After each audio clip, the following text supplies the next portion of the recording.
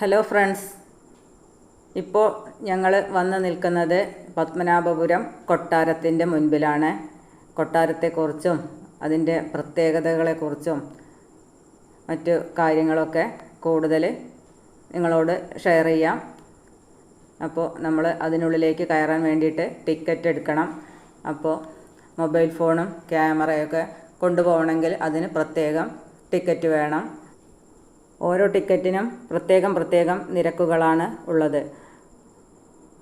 ഓരോ വ്യക്തിക്കും ഇത്ര രൂപ എന്ന് വെച്ച് ടിക്കറ്റിന് കണക്കുണ്ട്. അതുപോലെ തന്നെ മൊബൈൽ ഫോണിന് ഒരു നിരക്കാണ്, ക്യാമറയ്ക്ക് മറ്റൊരു നിരക്കാണ്. അങ്ങനെ ഓരോന്നിനും പ്രത്യേകം ടിക്കറ്റ് നമ്മൾ എടുക്കണം. അപ്പോൾ നമുക്ക് ക്യാമറയൊക്കെ ഉള്ളിൽ കൊണ്ടുപോകാൻ സാധിക്കും. അല്ലാത്ത പക്ഷം ക്യാമറയോ മൊബൈൽ ഫോണോ ഒന്നും ഉള്ളിൽ കയറ്റില്ല.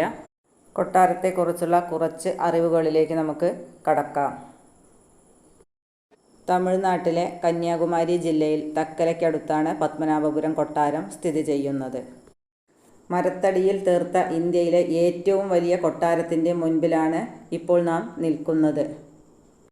കൊട്ടാരത്തിന് മുൻപിലെ വിശാലമായ മുറ്റമാണ് ഇപ്പോൾ കാണുന്നത്.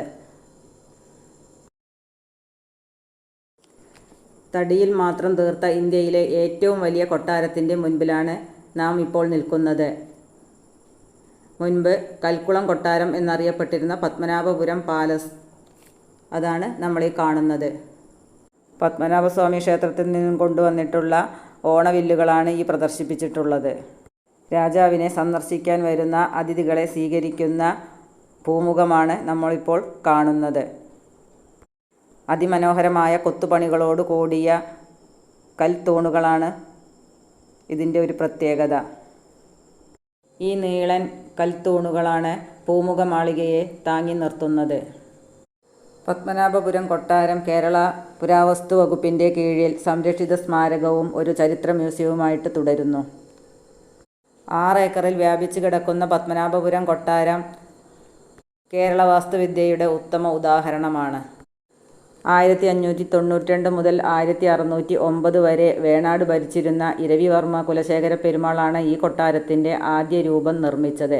പിന്നീട് 1741 അനിഴം തിരുനാൾ മാർത്താണ്ഡവർമ്മയാണ് ഇന്ന് കാണുന്ന രീതിയിൽ കൊട്ടാരം പുതുക്കിപ്പണിതത്. വിശാലമായ ഹാളുകളും മുറികളോടും കൂടിയ അതിമനോഹരമായ ഒരു മാളിക തന്നെയാണ് പത്മനാഭപുരം കൊട്ടാരം. ഇവിടെ കാണാൻ കഴിയുന്ന വലിയ മരത്തൂണുകളൊക്കെ തന്നെ ഒറ്റത്തടിയിൽ തീർത്തിട്ടുള്ളതാണ്. ഈ മാളികയെ അതിമനോഹരമാകുന്ന കൊത്തുപണികളാണ് ഇവിടെ കാണാൻ സാധിക്കുന്നത്. ധാരാളം വായുസഞ്ചാരം ലഭിക്കുന്ന വലിയ ഹാളുകൾ ഇവിടുത്തെ ഒരു പ്രത്യേകതയായി തോന്നുന്നു. കൊട്ടാരക്കെട്ടിന് പുറത്തുള്ള കാഴ്ചകളും അതിമനോഹരമാണ്. കൊട്ടാരക്കെട്ടിന് പുറത്തുള്ള പുറം മുറ്റമാണ് ഈ കാണുന്നത്. വിശാലമായ മുറ്റങ്ങളാണ് ഓരോ ഭാഗത്തും കാണാൻ സാധിക്കുന്നത്. കൊട്ടാരത്തിന് അകത്തേക്ക് പ്രവേശിക്കാനുള്ള ഹാളുകളിലേക്ക് കടക്കുന്നതിന് മുൻപ് വലിയ കരിങ്കൽ പടവുകൾ നമുക്ക് കാണാൻ സാധിക്കും. രാജഭരണകാലത്തെ അടുക്കളയിൽ ഉപയോഗിച്ചിരുന്ന വലിയ ചീനഭരണികളാണ് നാം ഇപ്പോൾ കാണുന്നത്. വെള്ളം നിറച്ച് വയ്ക്കുന്നതിനും മറ്റുമായിട്ട് വലിയ കരിങ്കൽ തൊട്ടികളും ഇവിടെ കാണാൻ സാധിക്കും. ഒരേ സമയം ആയിരക്കണക്കിന് ആളുകൾക്ക് ഭക്ഷണം കഴിക്കുന്നതിനുള്ള വലിയ ഹാളാണ് ഈ കാണുന്നത്. ഓരോ മാളികയിലേക്കും പ്രവേശിക്കുന്നതിൻ്റെ മുൻപ് വിശാലമായ മുറ്റം ഒരുക്കിയിട്ടുണ്ട്. കരിങ്കല്ലിലും മരത്തടിയിലും തീർത്ത തൂണുകളും അതിമനോഹരമായൊരു കാഴ്ച തന്നെയാണ്. ഓരോ മാളികയിലേക്കും ഇടയിൽ വിശാലമായ ഇടനാഴികകളുണ്ട്. ഈ വിശാലമായ കൊട്ടാരത്തിൽ പ്രവേശിച്ചപ്പോൾ രാജഭരണകാലത്ത് നമ്മൾ എങ്ങനെയാണോ വായിച്ചറിഞ്ഞത്, അത് നേരിൽ കണ്ട ഒരു അനുഭൂതിയാണ് തോന്നിയത്. ഇതൊരു ചരിത്ര മ്യൂസിയവും ആയതുകൊണ്ട് ഇവിടെ കൊട്ടാരത്തെക്കുറിച്ചിട്ടും ഇവിടുത്തെ ഭരണകാലത്തെക്കുറിച്ചിട്ടുള്ള എല്ലാ കാര്യങ്ങളും നമുക്ക് മനസ്സിലാക്കാനുള്ള സംവിധാനം ഒരുക്കിയിട്ടുണ്ട്. ചിത്രങ്ങളായിട്ടും വിവരണങ്ങളായിട്ടും ഭിത്തിയിലൊക്കെ തൂക്കിയിട്ടുണ്ട്. നമുക്ക് അതൊക്കെ വായിച്ചാൽ കൃത്യമായിട്ട് രാജഭരണകാലത്തിൻ്റെ എല്ലാം നമുക്ക് മനസ്സിലാക്കാൻ സാധിക്കും. ഈ മാളികയ്ക്കകത്ത് രാജാവിൻ്റെ ശയനമുറിയാണ്. ഈ ഇടനാഴിയിലൂടെ കടന്നു ചെല്ലുന്ന ഈ വിശാലമായ ഹോളായി തോന്നുന്ന ഈ സ്ഥലം കൊട്ടാരത്തിലെ സ്ത്രീ ജനങ്ങളുടെ അന്തഃപുരമാണ്. കരിങ്കല്ലിൽ തീർത്ത ഒരു ബാത്റൂം സജ്ജീകരണവും നമുക്കിവിടെ കാണാൻ സാധിക്കും.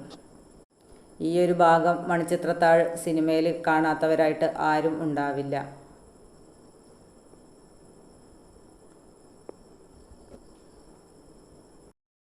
മണിച്ചിത്രത്താഴ് സിനിമ ഷൂട്ട് ചെയ്ത ഭാഗങ്ങളാണ് ഇപ്പോൾ നമ്മൾ കാണുന്നതൊക്കെ.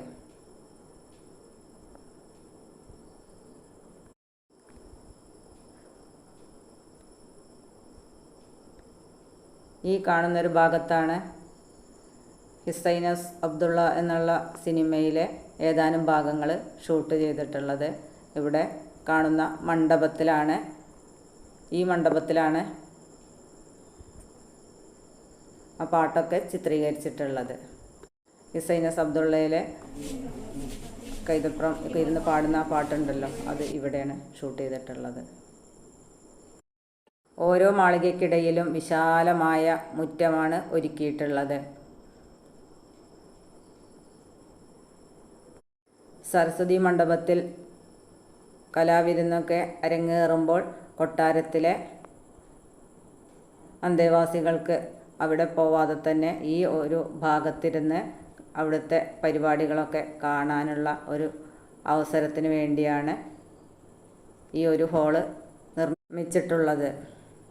കൊട്ടാരത്തിൻ്റെ ചുമരിൽ തീർത്തിട്ടുള്ള ഈ ചിത്രങ്ങളൊക്കെ പഴച്ചാറുകൾ കൊണ്ടും പച്ചില ചാറുകൊണ്ടും ഒക്കെ വരച്ചതാണ് എന്നാണ് ഇവിടെ എഴുതി വച്ചിട്ടുള്ളത്.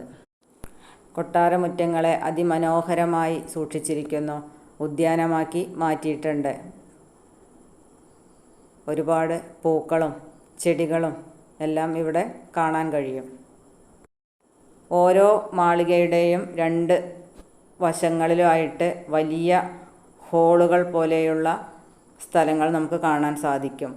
ഈ ഹോളുകൾക്ക് നടുവിലായിട്ട് അനേകം മുറികളുള്ള മാളികയും കാണാം. എല്ലാ ഹോളുകളും വിശാലമാണ്. ഓരോ മാളികയിലും ചെല്ലുമ്പോൾ അപ്പുറവും ഇപ്പുറവുമുള്ള ഹോളുകൾ അതിമനോഹരമായി നിർമ്മിച്ചിട്ടുള്ളത്. ധാരാളം വായു സഞ്ചാരം കിട്ടുന്ന അറകളും മുറികളും തന്നെയാണ് കൊട്ടാരത്തിനകത്തുള്ളത്. എത്ര കണ്ടാലും ഈ കാഴ്ചകളൊന്നും നമുക്ക് മതി വരില്ല. അന്നത്തെ വാസ്തുശാസ്ത്ര വിധിപ്രകാരമുള്ള ഈ നിർമ്മാണം തന്നെ നമുക്കൊരു അത്ഭുതമായിട്ട് തോന്നും.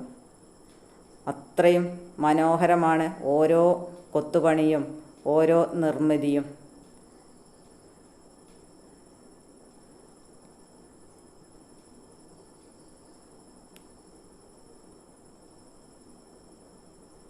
നമ്മൾ കൊട്ടാരത്തിനകത്തുള്ള കാഴ്ചകളൊക്കെ കണ്ട് പുറത്തേക്ക് ഇറങ്ങി ഇനി കൊട്ടാരത്തിന് പുറത്ത് മറ്റൊരു കൊട്ടാരം, തെക്കേ കൊട്ടാരം എന്ന് പറയുന്ന ആ കൊട്ടാരം കൂടെ ഒന്ന് കാണാം. അതിൻ്റെ പടിപ്പുരയാണ് ഈ കാണുന്നത്. നമുക്ക് വിശാലമായ കൊട്ടാരത്തിൻ്റെ കുളമാണ് നമ്മളീ കാണുന്നത്. പടവുകളിലും ഇതിൻ്റെ നിർമ്മിതിയിലും വരെ വളരെ വ്യത്യസ്തത നമുക്ക് കാണാൻ സാധിക്കും.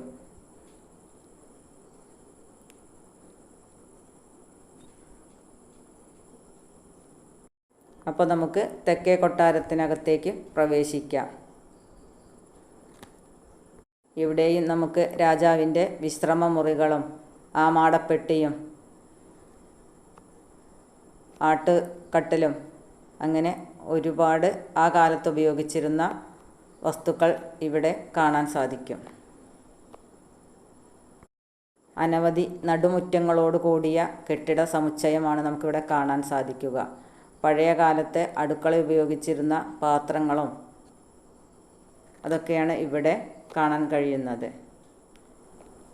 തെക്കേ കൊട്ടാരത്തിനകത്തും വിശാലമായ മുറ്റവും ഓരോ മാളികയെയും വേർതിരിക്കുന്ന വലിയ ഹോളുകളും ഒക്കെ നമുക്കിവിടെയും കാണാൻ സാധിക്കും.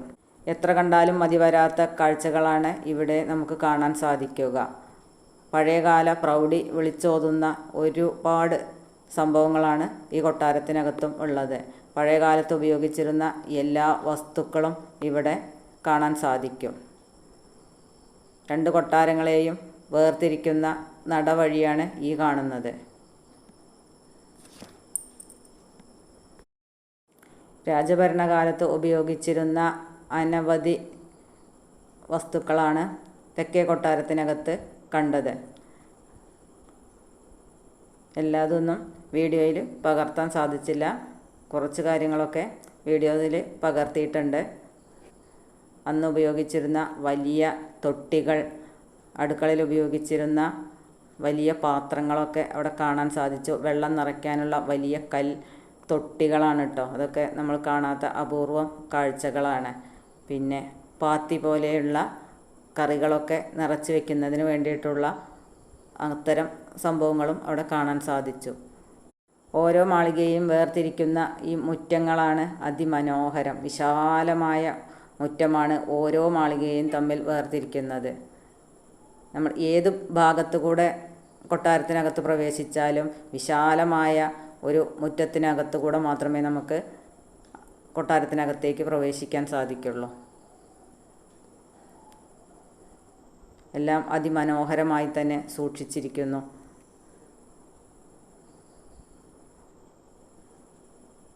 കൊട്ടാരത്തിൻ്റെ അറ്റകുറ്റപ്പണികൾ ഇപ്പോഴും ഓരോ ഭാഗത്തും നടന്നുകൊണ്ടിരിക്കുന്നുണ്ട്. എല്ലാ ഭാഗമൊന്നും ജനങ്ങൾക്ക് കാണുന്നതിന് വേണ്ടി തുറന്നു കൊടുത്തിട്ടില്ല. കുറേ ഭാഗങ്ങൾ അടച്ചിട്ടതാണ്. അവിടെ അറ്റകുറ്റപ്പണികൾ നടക്കുന്നുണ്ടെന്നാണ് ഗൈഡ് പറഞ്ഞത്.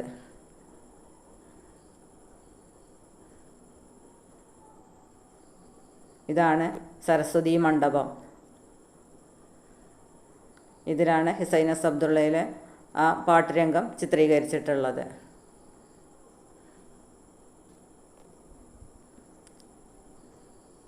ഈ സരസ്വതി മണ്ഡപത്തിൽ നടക്കുന്ന കലാപരിപാടികൾ അതിന് ഓപ്പോസിറ്റ് നിൽക്കുന്ന മാളികയിൽ നിന്ന് നോക്കിയാൽ അന്ന് അന്തഃപുരത്തിലുള്ള സ്ത്രീകൾക്കൊക്കെ കാണാൻ സാധിക്കുമായിരുന്നു എന്നാണ് പറയുന്നത്.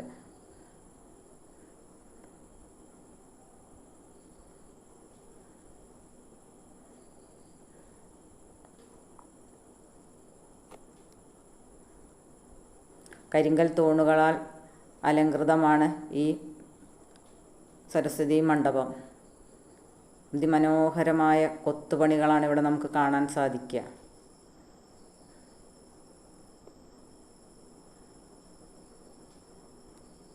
ഓരോ മാളികയിലേക്കും മുറ്റത്തു നിന്നും പ്രവേശിക്കണമെങ്കിൽ കല്ലുകൊണ്ട് നിർമ്മിച്ച സ്റ്റെപ്പുകളാണ് നമുക്ക് ഇവിടെ കാണാൻ കഴിയുന്നത്. കൊട്ടാര മാളികകളൊക്കെ അന്നത്തെ രാജഭരണകാലത്തെ പ്രൗഢി വിളിച്ചോതുന്ന തരത്തിലുള്ള നിർമ്മിതി തന്നെയാണ്. അതിമനോഹരമായ കാഴ്ചകൾ തന്നെയാണ് നമുക്ക് പത്മനാഭപുരം കൊട്ടാരത്തിൽ ചെന്നാൽ കാണാൻ സാധിക്കുക. പുരാവസ്തു മ്യൂസിയവും അതിമനോഹരമായിട്ട് തന്നെ അവിടെ ഒരുക്കിയിട്ടുണ്ട്. ഓരോ കാഴ്ചയും നമ്മളെ അത്രയും ആനന്ദിപ്പിക്കുക തന്നെ ചെയ്യും. ചരിത്ര മ്യൂസിയത്തിനകത്ത് അന്നത്തെ നാണയങ്ങളും ഗൃഹോപകരണങ്ങളും കാർഷിക ഉപകരണങ്ങളും രാജഭരണകാലത്ത് ഉപയോഗിച്ചിരുന്ന കുറ്റവാളികളെ ശിക്ഷിക്കാനൊക്കെ ഉപയോഗിച്ചിരുന്ന സംഭവങ്ങളും എല്ലാം അവിടെ കാണാൻ സാധിച്ചു. മ്യൂസിയത്തിനകത്ത് ഒറ്റക്കല്ലിൽ തീർത്ത ദേവതാ ശില്പങ്ങളും അതുപോലെ തന്നെ ഒറ്റ മരത്തിൽ തീർത്ത ശില്പങ്ങളുമൊക്കെ കാണാൻ സാധിക്കും. അതുപോലെ തന്നെ രാജാവ് ഉപയോഗിച്ചിരുന്ന ഉടവാളുകളും പടച്ചട്ടയും എല്ലാം മ്യൂസിയത്തിനകത്ത് കാണാൻ കഴിയും. അങ്ങനെ ഞങ്ങൾ കൊട്ടാരവും മ്യൂസിയവും കണ്ട് കൊട്ടാരത്തിൻ്റെ പുറത്തെത്തിയിട്ടുണ്ട്. അതിമനോഹരമായ കാഴ്ചകൾ തന്നെയായിരുന്നു. അപ്പോൾ മറ്റൊരു വീഡിയോ ആയിട്ട് വീണ്ടും കാണാം.